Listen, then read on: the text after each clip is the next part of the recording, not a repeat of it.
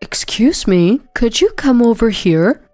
A staff member at the nursing home whispered to me. The woman who had been cheerful until a moment ago now looked at me with a stern expression. Today, Jaren, Felicia, and I were touring to decide on a nursing home for Mom. As I was about to call Jaren and Felicia, the woman staff member held my hand, stopping me. It's important. Please come alone. My name is Jenny. I'm a 32-year-old office worker. I'm still single, enjoying my life while dedicating myself to my work. This year marks exactly 10 years since I graduated from college and started working in the city. It's been a full 10 years since I left my hometown. My family home is in the countryside, surrounded by rice fields and farms. Quite a distance from the city where I live now. During my student days, I used to commute an hour each way to a university in the neighboring town. Now, to visit home, it's a 4 to 5 hour drive, so I only go back a few times a year, during Christmas holidays or Thanksgiving. Living there now are my 63-year-old mom and my brother Jaren, along with his wife Felicia.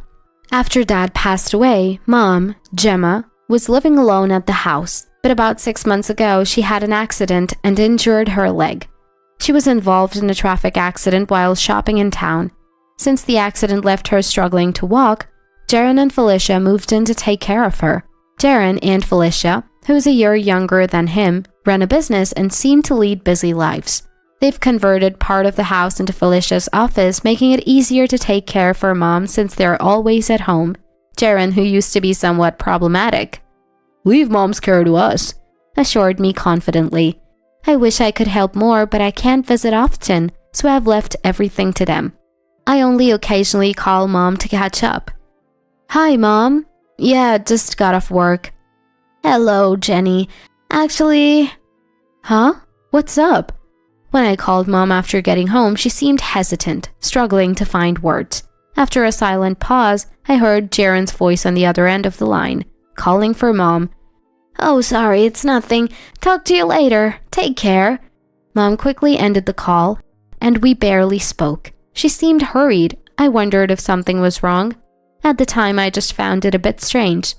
Then, about 2 weeks later, after a tiring day at work, Jaren suddenly called me. I don't usually talk much with Jaren, my brother who's 4 years older. We're both busy with work, but more than that, I've always found it hard to talk to him, given his problematic past. Surprised by his call, I thought it might be an emergency. When I answered, Jaren spoke with the tone of a work-related call rather than a brother-sister chat. "Mom's developed dementia. We can't take care of her anymore, so we decided to put her in a facility. Felicia and I are too busy with work, so you need to find a place for her." "What? Wait, Jaren!" Jaren hung up immediately after delivering his message. "Mom has dementia?" He definitely said that. There were no signs of it when we last spoke. Though frustrated by Jaren's one-sided demand, I couldn't say no, thinking of Mom. She's my only mom and she means the world to me. Luckily, I had a 3-day weekend starting the day after tomorrow. I decided to use this break to go back home. 2 days later, I drove early in the morning and reached home by noon. Jaren and the others seemed to be at work, leaving only Mom at home. "Mom, I'm home. It's been a while." Mom, sitting in the living room chair, turned to me with a vacant expression. After staring at me for a while, she came back to herself and smiled warmly. "It's really been a long time. Welcome back, Belinda." "What?" I'm Jenny." "Oh, okay, maybe that's right." "Belinda? That's my aunt's name." Mom seems to recognize me as her daughter, but has forgotten my name. Trying to continue the conversation, I only received vague responses. She was so different from the mom I talked to on the phone, leaving me more sad than confused. But I couldn't just wallow in sadness. I sat next to Mom and explained about moving into a facility. I wasn't sure if explaining was the right thing to do, but I couldn't just take her to a strange place and tell her to live there all of a sudden. Mom quietly listened, nodding along. "I see. It seems I'm becoming a burden to you all." Mom seemed to understand about moving into the facility, speaking in a low, dejected voice. She didn't oppose the idea and accepted it readily. Seeing Mom so frail and weak pained me, but I started looking for nearby facilities using the internet and other sources, narrowing down a few options. However, when I called, most places had no vacancies. Only one seemed available for immediate admission.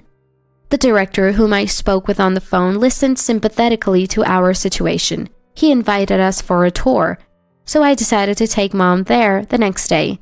The following morning, Mom, Jaren, Felicia, and I drove to the facility I had contacted the day before. Jaren and Felicia had taken the morning off, but they seemed disinterested and didn't hide their annoyance, thinking Mom wouldn't understand anything before even arriving at the facility. Upon arrival, the director, a kind-looking middle-aged man, greeted us. He had arranged a wheelchair for Mom, who has difficulty walking, and waited for our arrival. He answered our questions compassionately, leaving a very good impression. Then, 2 female staff members guided us around the facility. Mom was restless and fidgety the whole time, probably nervous about being in a new place. I pushed her wheelchair and talked to her as we went. When we were about to visit the room where Mom would potentially live, "Excuse me, I'd like to use the restroom." I excused myself to use the restroom. "Go ahead without me, I'll just pop to the restroom. Jaren, can you push Mom's wheelchair?" "Oh, Belinda! Belinda!"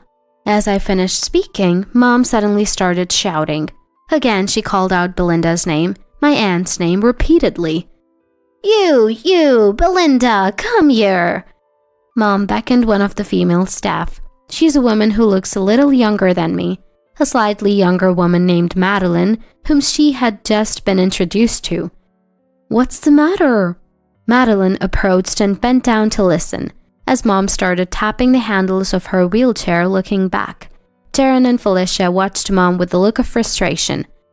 "I'll take care of Gemma," said Madeline, smiling warmly. I bowed deeply and left the scene. Madeline seemed nice. I felt reassured that Mom would be in good hands with her, but at the same time, a sense of sadness washed over me. After finishing in the restroom, I stepped into the hallway, where a staff member suddenly grabbed my arm. "Huh?" Surprised, I saw it was Madeline, whom I had just asked to look after Mom. "Is something wrong?" "We need to talk about something important. This way," she said urgently, leading me somewhere.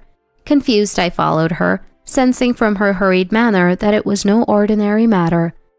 "Please keep this between us and not tell other family members," Madeline whispered, turning back to me. "Yes," I replied ambiguously, and soon she stopped in front of a door. "Please come in," she said, opening the sliding door for me. Inside, I was greeted by a surprising sight. "Mom?" Somehow, Mom, who was supposed to be touring the facility, was inside the room, seated in her wheelchair, facing a desk. The facility director was also there, sitting opposite her, silent with a grave expression. Mom looked at me with the face about to burst into tears. "What's going on here?" I asked, approaching Madeline as she closed the door behind her. "Please have a seat," she said, gesturing to an empty chair next to Mom. Trying to calm my racing heart, I sat down, and Madeline took a seat next to the director. "Jenny, I'm sorry," Mom said, looking into my eyes. "Mom, do you recognize me?" "Of course I do. You're my dear daughter. Thank you for coming all this way." Mom looked sad but unmistakably familiar. I felt tears welling up. But what was going on? Mom seemed too coherent for someone with dementia. I turned to the director and Madeline for an explanation. Both looked distressed, but finally the director began to speak. "Please call the police right away," he stated clearly. "Police? Why?" I couldn't understand why he would suddenly ask to call the police. Seeing my confusion, Madeline started to explain to calm me down. "Please stay calm and listen. The truth is, Gemma," she began to speak in a grave tone. It turned out that Mom was not suffering from dementia at all. Unbeknownst to me, Mom had been receiving terrible treatment from Jaren and Felicia. Unable to seek help due to her mobility issues, Mom pretended to have dementia, thinking Jaren and Felicia would put her in a facility where she could get help. Even if they were closely watching her, she planned to seek help from the hospital or a doctor, as a medical report was necessary for facility admission. Just before I went to the restroom, Mom had called Madeline over under the pretext of needing help with her wheelchair, secretly revealing the abuse she was receiving. Taking advantage of a moment when Jaren and Felicia were not paying attention, she whispered to Madeline. Madeline, taken aback by what she heard, immediately separated Mom from Jaren and Felicia under the guise of wanting a private consultation. After hiding Mom in this room and examining her, they found multiple bruises and welts on her body and reported it to the director. That's why they called me while I was away at the restroom. I felt dizzy with the shock of this revelation. I couldn't bring myself to look at Mom's injuries. Before I knew it, tears were streaming down my face. I felt ashamed that I had no idea Mom was being mistreated by Jaren and Felicia, and that I hadn't been able to do anything for her. She must have been trying to ask for help the last time we spoke on the phone. This is no time for tears. We must call the police before Jaren realizes. The director stood up, encouraging me. Madeline nodded in agreement. I quickly left the room, entrusting Mom to Madeline, and rushed to a nearby police station without Jaren and Felicia noticing. The director accompanied me, and we explained the situation to the police, who understood the severity and acted immediately. We hurried back to the facility with 2 police officers, first going to the room where Mom was waiting. The officers questioned Mom and confirmed several injuries on her arms and back that appeared to be from abuse. Then, they went to question Jaren and Felicia, who were still unaware of what was happening and touring the facility. When they were brought into the room where Mom, the staff, and I were waiting, Jaren and Felicia were shocked. In the corner of the room, the police started their questioning, and I watched silently. Mom was trembling, evidently having been through a terrifying ordeal. Police, all of a sudden, we've done something terrible to Mom. I don't get it. Just because she's injured doesn't mean... So what? Mother-in-law might have fallen at home. She has a bad leg. Jaren and Felicia maintained their innocence, insisting they had nothing to do with it. Is there any proof we did it? Mom's words aren't reliable. She's senile. It must be her delusions. It's not a delusion. Mom, who had been silent and looking down, spoke up firmly. Jaren, who had been smiling confidently, looked at Mom in surprise. Everything I said earlier is true. These injuries were inflicted by those 2. I've written down everything Jaren and Felicia did to me in a diary. I'll give it to you later. Jaren's eyes widened, and Felicia's face turned pale. They realized only now that Mom wasn't suffering from dementia. The officer calmly replied, Understood. We will visit your home afterwards. And then continued, Please tell us more about the situation. The policeman then urged Mom on. Jaren and Felicia were glaring at us fiercely, but Mom, undaunted, took a deep breath and began to speak calmly. She had started keeping a diary as evidence against Jaren and Felicia, who had gradually begun to neglect her care and even resorted to violence. Her mobile phone was confiscated and she couldn't use the landline because Felicia monopolized it for her business, locking it away in a room at night. Despite being allowed occasional contact to prevent my suspicion, Mom was always under surveillance and couldn't say anything during our calls. Unable to endure the endless wait for help, Mom tried to escape from the house several times. But due to her impaired mobility and the rural location, she always got caught by Jaren and Felicia and was brought back. Yet, Mom didn't give up. Exasperated with Mom's repeated attempts to leave, This wandering habit of mother-in-law's is troublesome. Maybe she has dementia. Then we could just put her in a facility, Felicia said. Hearing Felicia's callous words, Mom realized that pretending to have dementia was her way out.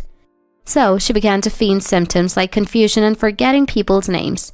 Jaren and Felicia quickly decided to put her in a facility, but were reluctant to handle the paperwork and costs, so they contacted me. They planned to make me find a facility, accompany them on the visit, and pay for all the expenses. This was all revealed in conversations Mom overheard while pretending to have dementia. Jaren, Felicia, how could you? I couldn't hold back anymore and interjected. Jaren, you haven't changed at all. You said you'd take care of Mom. Was that all a lie too? Shut up! Shit! Get out of my way! Enraged, Jaren pushed one of the police officers, apparently trying to escape, but was quickly apprehended by another officer and arrested on the spot for obstructing official duties. Felicia was also taken away by the police for further questioning. Oh shit! Shit! It was all going to work out! You'll see! Jaren yelled. I gently covered Mom's ears. To her, Jaren was still her real son. Later that afternoon, several officers came to our house. During the search, evidence of violence and assault against Mom was found, leaving me disheartened. Furthermore, it was revealed that Jaren and Felicia were behind Mom's mobility issues, having paid a subordinate to cause a traffic accident.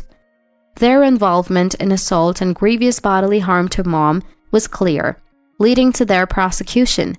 Further investigation revealed that Felicia, always greedy, had persuaded Jaren to mistreat Mom after learning about her substantial savings.